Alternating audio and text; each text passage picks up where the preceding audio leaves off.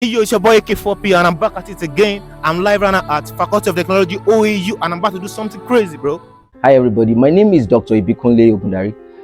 I'm about to interview the lecturer in the faculty, aka Cookman. Let's go. I'm a lecturer in Obafemi University. I teach technology management. All right, guys, we are right here at Ogundari's entrance. See.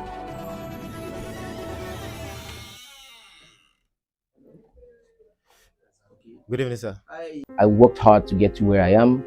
My degrees are in engineering, financial management, tech management. What I want more than anything else in life is to be able to create the platform in which people, society can harness science and tech for sustainable national development. It's my responsibility as a researcher in tech management to harness this knowledge for development, and I'm always fascinated when I see things happening like this. Okay, my people, this is AK4P, and I'm here with... my name is Dr. Ibikunle Ogundari from AISPI, African Institute for Science, Policy and Innovation, Obafemi University, Ile-Ife. All right, thank you, sir. Good to have you here, sir. So, I'm here to interview on so many questions. Like, many people call you Cookman, and there has been a controversial question about your personality. Well, are you aware of this, sir? I've heard the name Cookman. I've heard people talk about I'm Cookman. It all started when people were calling me Mr. Cook. Students don't think I know, but I know. They call me Cookman for a number of years. I don't have anything against the name. I find it amusing. Yeah, but I'm aware. Okay, thank you so much, sir. So, but then why do people call you Cookman? I'm always with a bottle of Coke. Okay. So you know how students are. Everybody has a name for a lecturer. When I was in school, I also used to give my lecturers funny names. Everybody has a name. So I guess people just started by telling me we have a class. Which class? Class Mr. Cook, Mr. Cook. So it was just a way for students to identify me. Oh, okay. So I want to ask another question, sir. What's your health status that warrants you to drink a Coke every day? Okay, you know, African thing, most people don't like talking about health. Okay. But I'm realistic. I have a medical condition that's called short bowel syndrome. Okay. What it means simply is that the average individual has 25 feet of intestine. I have 2.5. So my 2.5. My intestines were surgically removed. I had a medical condition, fell ill, I had to do surgery, it was removed. Because of that, it means I cannot absorb food. I have a malabsorption condition, so I can't absorb food. Because I can't absorb food, I cannot generate the energy required for my body to function effectively. So an alternative is to have food supplements, which I've been on for 20 years. 20 years. Food, minerals, supplements. And then, so that I don't enter shock, I always have a bottle of Coke on me. Oh, that's all. So how do you manage with your health status? With the energy keep up in class? Let's put it this way, before I come to class, I first of all have to take a few bottles of Coke. Then when I have class, I make sure that my time before the class is not stressed. And then when I come to class, I bring Coke along. The reason is this: I am hypoglycemic, which means I have very low blood sugar. Okay. So energy makes me lose. The way I handle class makes me lose a lot of energy. So I need to replenish the energy. That's why I always have sugar with me. Well, thank you very much, sir. So, how many bottles of Coke do you consume in a day? It depends on how the situation is. There are times I've taken 6 in a day. 6 in a day? Yeah. On average, I'll probably stick with like 3. So what will happen if you don't drink a Coke in a day? Low blood sugar. I'm hypoglycemic. If my blood sugar falls too low, then there's a possibility I could enter shock. And that could... So you're saying basically if you don't drink Coke in a day, you might enter shock? What I'm saying is that if I don't have enough sugar in my body, I will enter shock. The easiest way to replenish sugar is for me to drink Coke. Just like when people fall ill, you go to hospital, they ask you, have you eaten? You say no, but they need to give you an injection. The first thing they do is that they give you glucose, or they tell you go and drink Coke. Oh. So that's why I always have the Coke, just for the immediate amount of energy I need to survive, to function effectively. Okay, so I'm one of your students, and I always hear you say this, that you've been dead before. Like, I've been dead before, probably because of surgery or something. Can you share your experience, sir? Okay, I say that because reality I have. My surgery was April 22nd, 2002. Okay. So I was rushed to hospital, and a doctor gave me 15 minutes. I was messed up. 15 minutes, I was going to be dead. Now, I don't remember what happened. What I was told by the doctors in teaching hospital was that it got to a period of time that I died, packed. My dad was there. My family members were there. So they come in and say they're supposed to arrange surgery. And they said, Emma, worry. So Oti pack. And my dad was like, pack to where? And he said, he's dead. So they called people from the mortuary of Obafemi University Teaching Hospital. I was in intensive care unit, to come and evacuate my body. Those guys come over, they remove me from the life support machine. They're pulling me on their journey to wheel me away. They say I come back to life. That happened like 3 or 4 times that night in a space of 4 or 5 hours. When they were about to do the surgery for me, they told my dad that technically I was dead. They were just going to do the surgery for doing sake.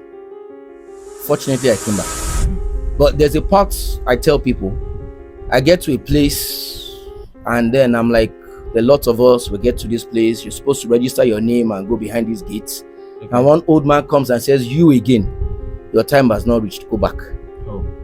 So whenever I tell people in class that I've been dead before, I'm talking about what I was told in the teaching hospital of the university, that I was dead. Wow, guys, that's crazy, man.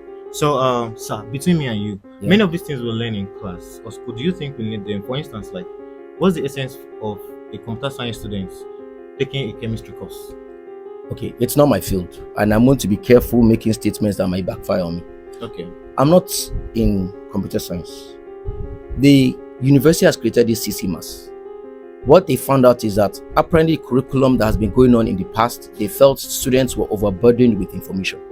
When I used to work in NACITEM, that's the National Center for Technology Management, we were writing the national STI policy. And we found out that engineering students were overburdened with courses. Some of these courses may not necessarily be important in what they need to do. And maybe that's a fallout where CCMAS is now streamlining courses. I don't know personally why chemistry is required by computer science students. But the question is do you do chemistry in part 2 or part 1? Part 1. Okay. The reason might be all part 1 students are technically students of the Faculty of Science. So you don't start your computer science courses till you get to part 2. Maybe that's why they're asking you guys in conformity with all science students. All right, thank you so much, sir. So I have another question. What would you like to change in the Nigerian educational system if you become the Minister of Education? That would be interesting. Minister of Education. I feel that there's too much emphasis on theory, too much book knowledge. Everybody is just made to pursue certificate without necessarily having any technical knowledge. You guys are all here. This is probably not something directly related to computer science, but it's probably related to a field that you guys are comfortable with. I would expect more vocational incorporation. The student should be able to come out and create a job from the knowledge he has acquired in school. So for me, I'll probably say reduce the course content, strip out most of the excessive theories or sciences and make it more practical so that the students can start businesses almost immediately after they leave school. Okay, that sounds really good. So I'm about to ask you a social question. Who is your favorite hip-hop artist? Now like presently, who is your favorite hip-hop artist? I'm old school. I grew up in the 90s. My people I bro with are the Snoop Dogg, Dr. Dre. I'll probably say that the person I like most more than anything else is Notorious B.I.G. Do you know any of their songs? I don't. Singing is out of it. But I like Notorious B.I.G. especially when he's coming out with One More Chance. Okay. I mean, most times that's probably what I'm going to think about. I play it when I'm thinking, I'm trying to read. That's what's playing behind me. Notorious B.I.G. I love Notorious B.I.G. and Tupac. Okay, thank you very much, sir. Sure. So another thing is, it is evident that no one fucks with Cookman. Like, what brought about this terrifying personality among your students and people? To be truthful, I don't know. Why are people scared of me? Like, no one fucks with Cookman. You know, don't fuck with me. Okay, it's you come out with this. Like I told you, I grew up listening to rap, and rap has a tendency to swear a lot. Okay. So there's some things that stick with you. You might not necessarily like it. The whole essence there is like, it's just saying don't mess with me or don't bother me. Just leave me alone. So I don't want a situation whereby I already have problems of my own. I already have health challenges, and I now have to take a class where there are over 700 students. 90% of those students are viral, warm-blooded male. I mean, you don't come to class with you guys, and if I don't put checks and balances to control the class, you guys are going to mess me up. So it's just street lingo saying, please don't mess with me. Just leave me alone. Okay, so what can someone do to you that will really make you angry? I hate disrespect. Okay. Personally, I dislike disrespect. So what will probably make me extremely angry is disrespect. Okay, thank you so much, sir. So what's your advice to people or your student generally? You know, look, first of all, we all have a period of time to study and gain the necessary knowledge for us to move into the future that we've planned for ourselves. What I expect for students to do is look at the reality of the system and then make sure you package your own education to suit into the challenge of the future that you have. Everybody should be as reasonable, respectable, fair to himself as he can be. The sky, people say, is the limit. But first of all, that's another Nicholas B.I.G. rap. The sky is the limit. But first of all, you have to find out what do you need to get to where you're going to, and work hard enough to be sure that you're top of your game.